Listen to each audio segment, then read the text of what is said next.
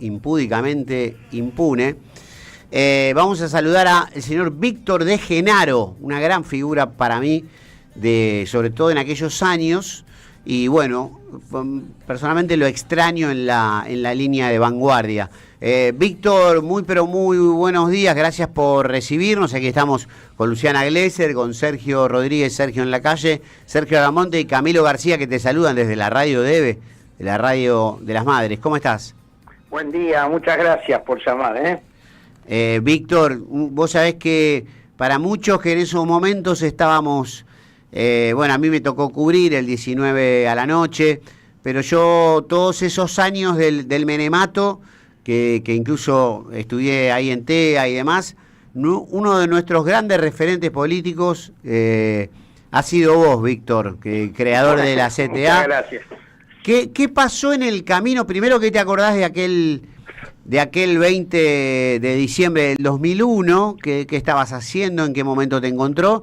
Y bueno, después nos vas a contar qué ha pasado estos años, ¿no? Que has un poco dado un paso al frente, pero 15 pasos hacia atrás en cuanto a la exposición y la representatividad, ¿no?, que tenías. Bueno, en principio, en aquel momento fue por ahí un punto de inflexión donde dijimos basta a que no se había acabado la historia. Nos contaron después de la caída del muro, del campo socialista, la traición del menemismo, la traición de la UCR después con De la Rúa, los dos movimientos populares que tergiversaron su mandato y terminaron sirviendo al plan de continuidad de la dictadura, la de Martínez de Hoz con Cavallo, la de Cavallo después la de los 90, y veníamos de 2 años, 2000, 2001, de muchas movilizaciones. Pensá que el 19 de diciembre fue esa impresionante marcha que dijo no al estado de sitio, pero habíamos terminado hacía pocas horas 4 días de elección del FRENAPO, Frente Nacional contra la Pobreza, donde 3,5 millones de argentinos votamos por un seguro de empleo y formación, por salario universal, por la jubilación digna. Entonces, había todo un proceso, un paro nacional la semana anterior.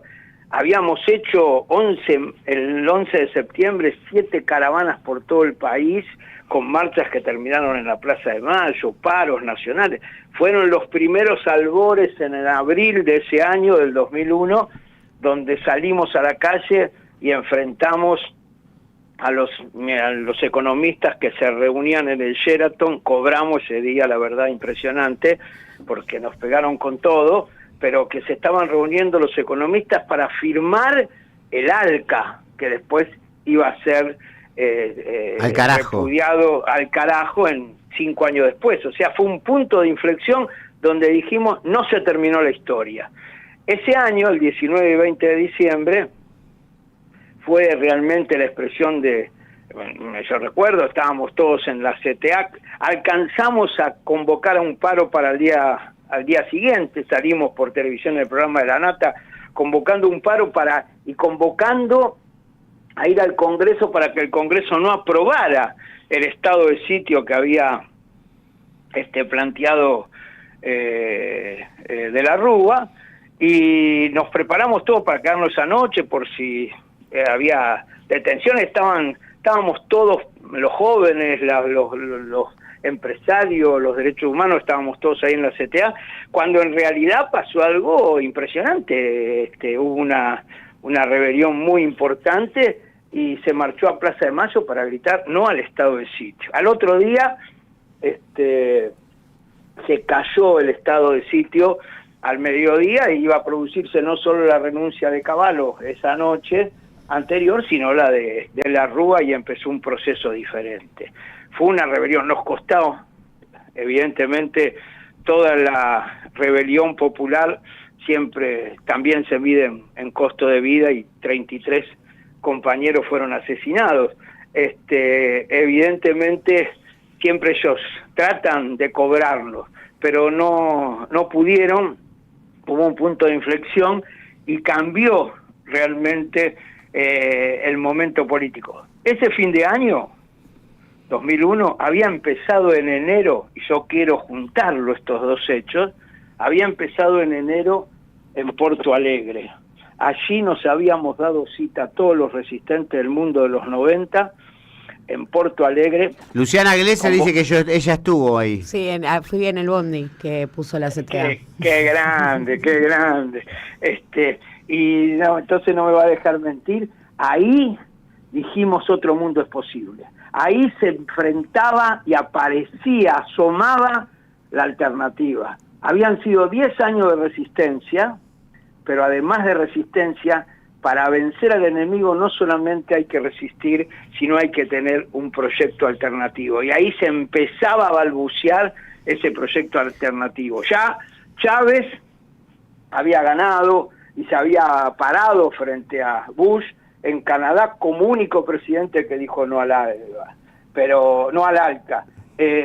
Rápidamente en el 2002 ganó Lula, en el 2003 ganó Néstor Kirchner, en el 2004 Tabaré, y con ese póker de ace pudimos tirar abajo el ALCA, y evidentemente fue un proceso de iluminación en ese tiempo, no solo en Latinoamérica, sino en el mundo. Víctor, ahora voy a la segunda parte de la pregunta, que es un poco una duda que me aqueja.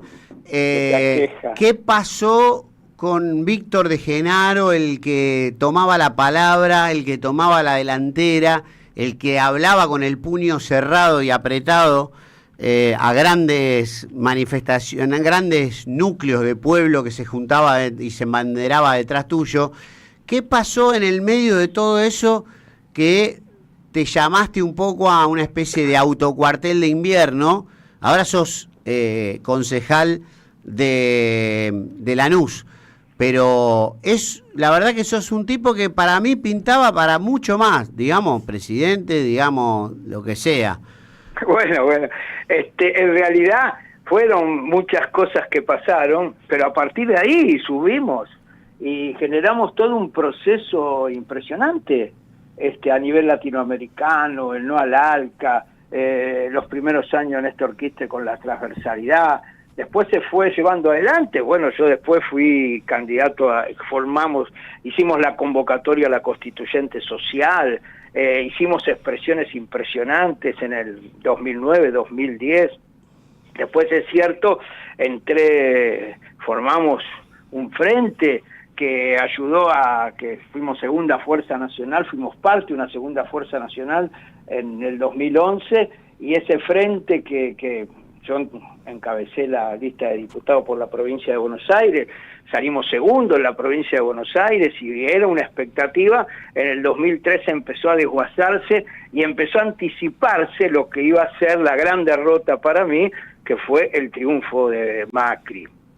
El enemigo había logrado penetrar en los sectores populares a un nivel que no conocíamos. Una cosa fue implantar la política económica del genocidio con el genocidio. Sí. Fue la década del 90 donde tergiversaron los movimientos populares. Menem decía, yo no dije lo que iba a hacer porque si no, no me votaban, vamos a privatizar todo lo que debiera ser estatal, y yo particularmente, que la conducción nacional del PJ, renuncié a ese partido en los 90 cuando Menem firmó el indulto. Dije, basta para mí. Empezamos un proceso de crisis muy grande. Los 90 fueron eso. Pero por primera vez el pueblo votaba al proyecto democráticamente por el enemigo. Obviamente mi ley es la profundización de eso y de los errores y de las derrotas que hemos tenido en estos a partir del 2015. Y sí, te soy sincero, yo fui candidato a presidente en el 2015. Tuve esa responsabilidad y esa alegría de recorrer el país durante un año con marchas, movilizaciones, actos. ¿Cuántos que, votos verdad, sacaste? No pasamos las pasos, ni los que fueron a los actos me votaron, así que imagínate. Bueno, pero si vos hubieras estado, ponele, en un peronismo o con... Bueno, perdón. En vez de Scioli, por ejemplo, yo te hubiera votado toda la vida vos. Pero, perdón. A ver, Luciana Scioli estaba... que él fue a la candidato. PASO, claro. Bueno, Scioli estaba de candidato y nosotros generamos un Frente Popular diferente. Y yo te digo, no me arrepiento, todo un año caminamos. Nosotros consolidamos un partido que habíamos fundado en el 2013, Unidad Popular, por el cual soy concejal. Sí, Unidad Popular. ¿No? Es un partido que se fundó en el 2013, en plena crisis, y en una situación de retroceso. Empezamos con 5 partidos, bueno, hoy somos 16 provincias, que tenemos personería, que estamos avanzando, y que evidentemente es un proceso dificultoso, pero en el 15 pudimos hacer un frente, que hacíamos todo lo que queríamos con luchadores, pero no alcanzamos a pasar las pasos, y ganó Macri, no ganó Scioli. Vos imaginate que en esa época yo decía, y lo sigo sosteniendo, no puede ser que la herencia popular de toda esa época termine en Macri, o en Scioli o en Massa, que eran los candidatos que teníamos que enfrentar. No, esa no es la herencia popular. La herencia popular está en discusión. Y esa herencia está en discusión en una crisis cultural que se empezó a manifestar en el 2015 con esa derrota. Y evidentemente yo aprendí, me dijiste autoexilio, no, retirada, no. Yo aprendí que si en el campo sindical, en el sindicato perdíamos, a nivel nacional, vuelvo a mi sector de trabajo y empiezo de nuevo. Bueno, volví a Lanús, volví a mi comunidad. Sigo siendo presidente del Congreso del Partido que hoy ha crecido, como te digo, y que tiene compañeros como Marta Maffei, Claudio Lozano, compañeros que tienen una historia de lucha en distintos, y todos jóvenes que hoy están llevando adelante lucha en las distintas provincias, y que hemos avanzado. Que entendimos que en el 19 había que juntarse todos para decir no a Macri, pero que lamentablemente esa gran fuerza, conjuntarnos contra lo que no queremos, después se diluyó y terminamos siendo los responsables de la llegada de Milei. Evidentemente hay que discutir esa perspectiva, y hoy más que nunca tengo un optimismo importante de que hay una oportunidad de discutir a fondo una alternativa. Y después de haber vivido la experiencia de haber recuperado Lanús, yo me metí en un cargo institucional como candidato a intendente. Acá fuimos 4 candidatos, Julián Álvarez, Valladares y Russo, de distintas procedencias, y nos unimos, los 4 nacidos en Lanús, los 4 vivimos en Lanús, los 4 vamos a morir en Lanús, contra un Kraber que ni nació ni vivió en Lanús. Era esa penetración cultural que dijimos no, y la verdad que lo enfrentamos y ganamos, y hace 2 años que estamos llevando adelante un proceso muy importante, lo que está pasando en muchas ciudades de nuestro país. Quizás sea el tiempo de mirar las ciudades para enfrentar a esa derecha nacional que cada vez está más suelta y que hace que la mayoría de las provincias se dediquen a separarse de las elecciones de la nacional, como diciendo que no importa, y cada una está tratando de sobrevivir. Son las ciudades, la comunidad donde se está dando la pelea. Y yo veo muchas, hace un par de años, nos juntamos ya no para hacer Otro Mundo es Posible para ir a Porto Alegre, sino en Rosario, convocados por Juan Monteverde, por Karen T., por Ciudad Futura, por nuestros compañeros UP, a construir ciudades sin miedo, que es hoy quizás uno de los elementos fundamentales a recuperar. Y hubo 120 ciudades, esto ni se habla, porque evidentemente la construcción del poder popular está en instancias, no en donde se juntan 4 tipos en una pieza y deciden, sino en esa reconstrucción y la pelea cotidiana de las madres contra el hambre, de nuestras mujeres en los barrios contra el hambre, y los pibes que están enfrentando una falta de futuro, falta de educación y represión policial, donde tratan de terminar con la rebeldía que tienen ellos encarnando hacia el futuro. Así que, fíjate vos, hoy milito con todas las ganas y con todas las ansias, exactamente igual, en una responsabilidad diferente, pero estoy convencido que hay que construir un nuevo frente popular, democrático, plural, para enfrentar a este proyecto que no es la derecha solamente, es AEA, la Asociación de Empresarios Argentinos. Hoy son nombres y apellidos que se enriquecen, que concentran y extranjerizan con la bendición de la Embajada de Estados Unidos, que es la responsable de esta situación, que está perdiendo en el mundo, pero que acá quiere, aunque sea con la guerra, quedarse con nuestros recursos y nuestra vida. De Genaro, ¿cómo estás? Luciana Glesser, ahora sí te saludo formalmente. Bueno, varias cosas dijiste.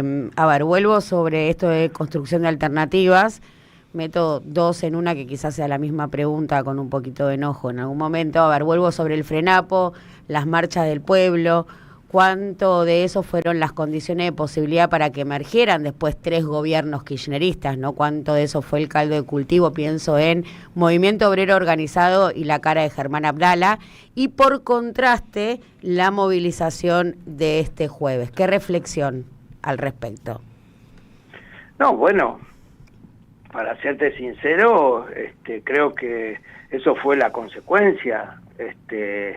No se puede explicar la aparición de esos nuevos movimientos populares latinoamericanos o el kirchnerismo en nuestro país si no hubiera habido una crisis de gobernabilidad muy profunda.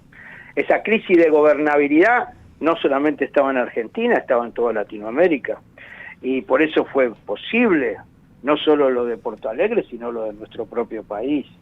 A partir de ahí nosotros fuimos capaces de enfrentar a Duhalde. Se había acabado los dolarizadores y a los pocos días se firmaban en Olivos el acuerdo de la UIA, la CGT y el PJ, donde se planteaba un proceso productivo que terminó con la devaluación.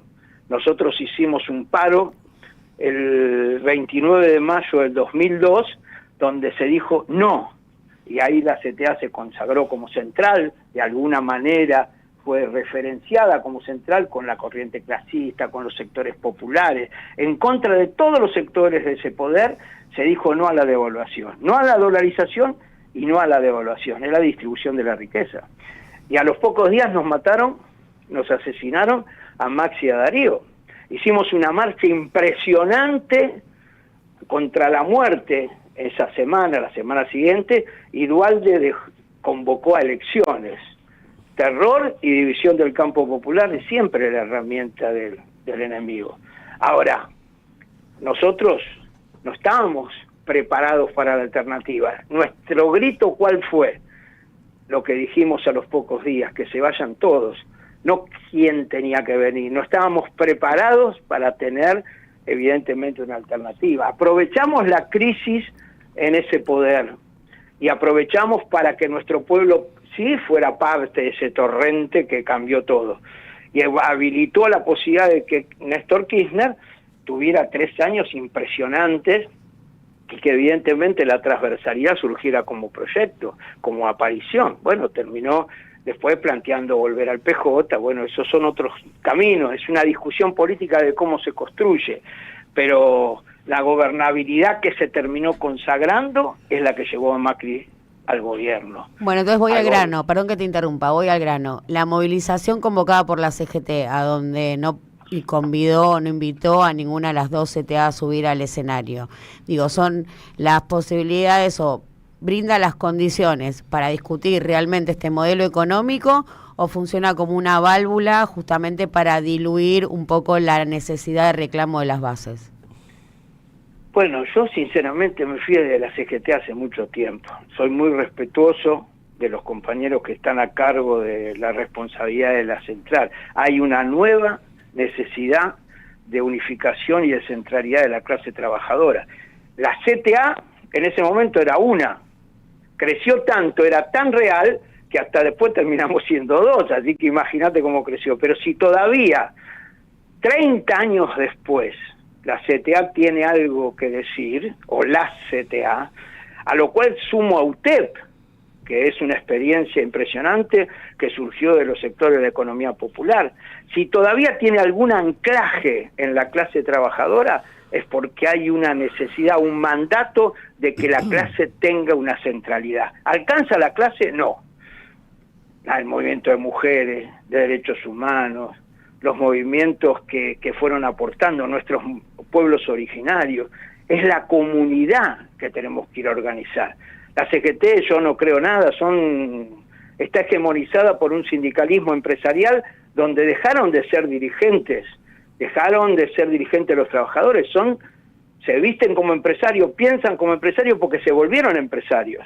Entonces, creo que hay que ir a discutir de otra manera. Claro, si a mí me decís, hay una potencialidad, y para mí es un orgullo que hoy el compañero Rodi Aguiar de ATE sea una de las nuevas expresiones de un sindicalismo que viene de federal, desde las provincias, planteando claramente una necesidad de recuperar el sentido común. Los trabajadores son una clase con autonomía, no podemos depender de ninguna interna partidaria, no podemos ser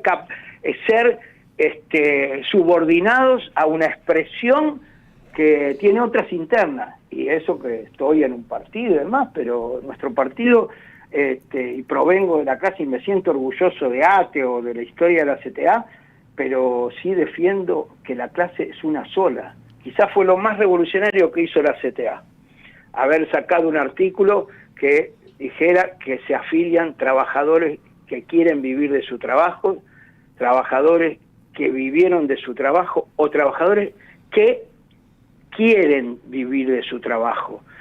Somos una clase. Ese es el desafío de la centralidad de la clase. Está a hacerse. Habría que ir a buscar a la gente. Nosotros, y en ese sentido sí, reivindico estar en Milanús y haber recuperado el gobierno, y hoy hemos recibido una ayuda de nuestro pueblo. El intendente Julián Álvarez y nosotros que somos de distintos pensamientos, estamos juntos y con el aval de nuestra comunidad. Cuando yo entré de concejal, se cambian 12 concejales para que tengan una dimensión. Entramos 5 y Grindetti y Craven eran 7. Después entramos 6 en el 23 y fue dividido a la Libertad Avanza y el PRO, que sacaron 4 y 2 y ganamos la intendencia. Ahora entramos 8 sobre 12. O sea que la dieron vuelta. Nos alentaron, sí. Nos alentaron porque se empezó a invertir de la periferia al centro. Sí. No hay plata, pero se pone la cara con la gente. Vamos a nuestros barrios. Estamos recuperando la ribera. Hay una política hacia la comunidad. Eso rinde. Víctor, acá Sergio Albamonte te quiere saludar y hacer una pregunta, y luego Sergio Rodríguez también. 12:03, hemos cruzado el meridiano ecuatorial de las 12 con la visita telefónica de Víctor de Genaro. Sergio. Hola, ¿qué tal, Víctor? Sergio Albamonte te saluda. ¿Cómo te va? Muy bien. Te quería hacer una pregunta. Me están llamando de otra radio. ¿Cómo? Me están llamando de otra. Había quedado con otra radio a las 12. La verdad que me entusiasmaron. Bueno, ya iremos a discutir, a charlar. Me recuperaron toda una historia y les agradezco muchísimo. Por favor. No, te quería preguntar sobre la reforma laboral. Bueno, ya hemos tenido una en el 76 por Martínez de Oz, que después fue sangrienta. ¿Qué opinas de esta qué quieren hacer? Hace poco saqué un artículo acerca de esto, reconstruyendo, y la reforma laboral en nuestro país ya se hizo a sangre y fuego con Martínez de Oz. A partir de ahí enumero, la verdad, todas las leyes que se pararon, y se desaparecieron. El 70% de los delegados y activistas eran del movimiento obrero, el 70% de los desaparecidos. Ahí empieza la reforma laboral. Había que terminar con ese empoderamiento de esa clase que queríamos ser. Yo era parte de uno de esos delegados en aquella época. Así que a partir de ahí viene esa reforma. Después es la institucionalización. Después es la pelea con Menem, con la reforma de Menem, de la Rúa con el Abanelco. Recordemos una y otra vez evidentemente no se cambió. La precariedad, la informalidad sigue siendo la herramienta. Nosotros presentamos, siendo diputados yo, presentamos leyes de una nueva organización de los trabajadores y trabajadoras sindicalizados para terminar con esto que existe hoy como ley de asociaciones profesionales, para pensar seriamente en la posibilidad de tener acceso a una libertad y democracia sindical que reempodere para discutir la distribución de la riqueza. Evidentemente, yo creo que no las tienen consigo los poderosos, pero van a seguir avanzando. Pero hay una rebelión cada vez más clara, y creo que hay que organizarla con una propuesta alternativa. Sergio Rodríguez, sí, la última. ¿Qué tal, Víctor? No, buen día, sí. Sergio te saluda, Sergio Rodríguez.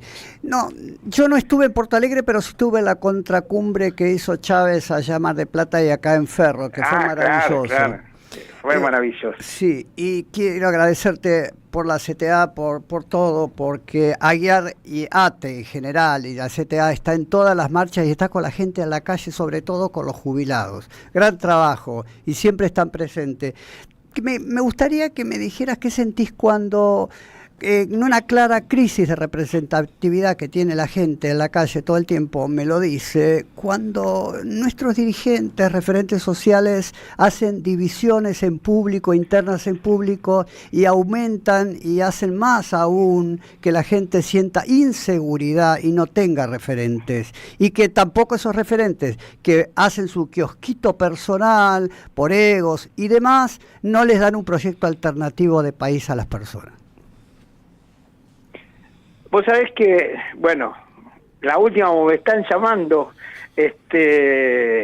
y la verdad que tenía ese compromiso, pero me gustaba salir, también cumplir con ustedes.